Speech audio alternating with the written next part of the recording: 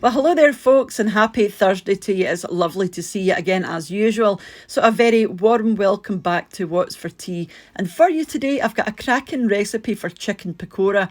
So many of you have asked to see this after it appeared in my meals of the week. So, here it is.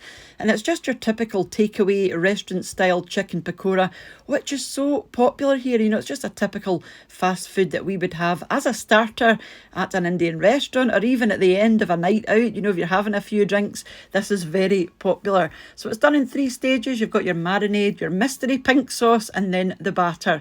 So I'm starting off with chicken mini fillets. You can use chicken breast, but make sure you cut it into nice thick strips. You know, you want it nice and thick and meaty. For spices, I'm using a wee touch of cayenne pepper. You can use this, or you can use chili powder, whatever you prefer. So about a teaspoon of that, more if you like it warmer. And then some salt and pepper, about half teaspoon of each of those. And then I'm going to add some garam masala. So you can use the roasted kind or just the standard kind. It doesn't really matter. It just gives a nice background sort of Indian authentic flavour. So in that goes, and then we're going to add some ginger paste as well. And then also some garlic paste. You can use fresh garlic if you prefer, but I would recommend using the paste because it rubs in, you know, a lot easier. And then we're going to use some tandoori marinade paste. You can find this in any supermarket. It's a very well-known brand. So pop in a couple of tablespoons of that, and then some lemon juice as well. You can use fresh lemon juice. I've got a bottle of lemon juice in the cupboard, which I'm just about out of now. That'll need to replace. And then for the vibrant red colour, you will need to add some food colouring and then some ground cumin as well. Again, it just gives a nice wee background flavour. And then we're just going to mix all of this together. So I would recommend using a glove, you know, because there's dye in there and you don't want to end up red-handed.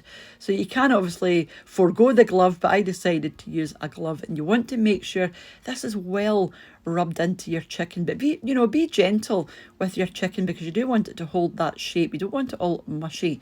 So I'm going to say give this overnight. You're better making this the day before, but minimum of 4 hours just to let all those flavours penetrate the chicken. But if you can, do this the night before. So once your chicken is in the fridge, you can go on and do your pink mystery sauce. This stuff is lovely with pakora. It looks horrendous, but it is really tasty. So into a jug you want to pour your full fat natural yogurt, and then to that I'm going to add quite a few tablespoons of tomato ketchup. Use whatever brand you prefer. I just so happen to have this one, but it really doesn't matter which brand you use. And then we're going to add some smooth mango chutney. You can use the chunky one if you prefer, but typically this is a nice smooth sauce and you won't find any lumps in it. But if you can't find the smooth one, then the chunky one will do in a pinch.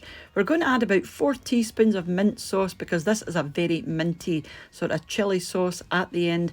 And again with the cayenne pepper or chili powder, whichever you choose to add.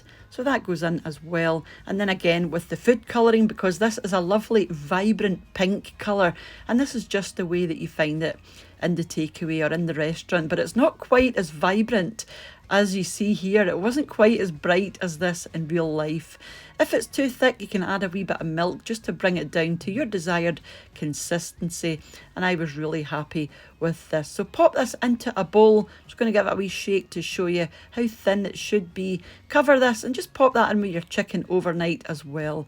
And then in the morning, just get your paper off, or your plastic wrap off your chicken, and we can start to do the batter. But make sure your chicken is up to room temperature before you start to cook it, or it may not cook all the way through, you know, if it's too cold. So go on and do your batter. I've got some gram flour or some chickpea flour or besan. I've got some bicarbonate of soda, some corn flour, some cold water, and then I've got some coriander or some dried coriander. And that's it. So go over to your pan. You want to half fill this with vegetable oil or sunflower oil. And this is my chicken here, and it's going into a bigger bowl just so that I can rub the batter in properly. You want to start off with the corn flour and also the bicarbonate of soda, and this is going to make your batter a wee bit lighter because you don't want it too heavy and thick. So pop both of those in on top of your chicken, and we're going to gradually add the gram flour or the chickpea flour. Don't throw it all in the one go. You want to build up the layers, and it's going to give you a lovely batter. So pop some of that in, and you will need to add some cold water as well. Oh yeah, sorry, we're going to add the coriander leaf as well. This is just dried coriander, about a tablespoon of that, and you just want to rub everything in to your chicken. I was getting ahead of myself there, so make sure that's well rubbed in, and then add a wee sploosh of water. You just want to make this into a sort of thick paste or thick batter. So just keep going until you've incorporated all of your flour, and just add the water as you need it. Like I said, you are looking for a nice thick batter so that when you pick the chicken up, it doesn't run off the chicken, you know, it sticks to the chicken fillets. And I'll just show you. Just like this. So that's all of my flour and all of my water, and you can see how the batter is sticking there, and it's not too thin and it's not running off.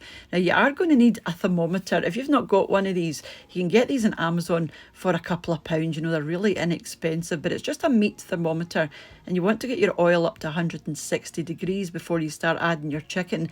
If the oil is too cold, your batter might separate and not stick to the chicken. If it's too hot, then you may burn on the outside and not be cooked in the middle. So around about 140, 150 is the sweet spot. I just kept checking mine periodically to make sure it was at the right temperature. But if you start at 160 degrees and you manage to keep the oil between 140, 150, your chicken will be absolutely perfect. It'll be lovely and juicy and moist in the middle, and your batter will be lovely and crunchy. You know, it's fail safe. You just cannot go wrong. I've never done this, without one of these thermometers. I've made this quite a few times, and I've always used the same recipe which I found online, and I will link that in the description box below. And that's what they recommend, and that's what I've always done, and I've never gone wrong. So I do recommend getting yourself one of these wee meat thermometers and let this cook for about 8 minutes. They're quite small. You don't need to cook them for too long, and they will be absolutely perfect every time. And those ingredients that you need, that you only need a wee bit of this and a wee bit of that, that will give you months and months worth of chicken pakora. All you're going to need to buy is the chicken or the vegetables, whatever you're using, and you will end up with something that looks like this. And it does make quite a lot. This will give you enough for 4 or 5 good portions, depending on how hungry you are, or even just for yourself, if you're feeling extra hungry. So this was it here. As you can see, it's beautifully white, and you can just see that marinade starting to penetrate the chicken and that lovely crispy batter. And like I said, this is just typically served on its own, maybe with a wee side salad of red onion and cucumber, tomato, lettuce, or even just with the dipping sauce on the side. And the two of these together are absolutely wonderful. So I do highly recommend you give that one a go. And I appreciate, there's lots of ingredients in this, but a lot of the stuff you might find you have already.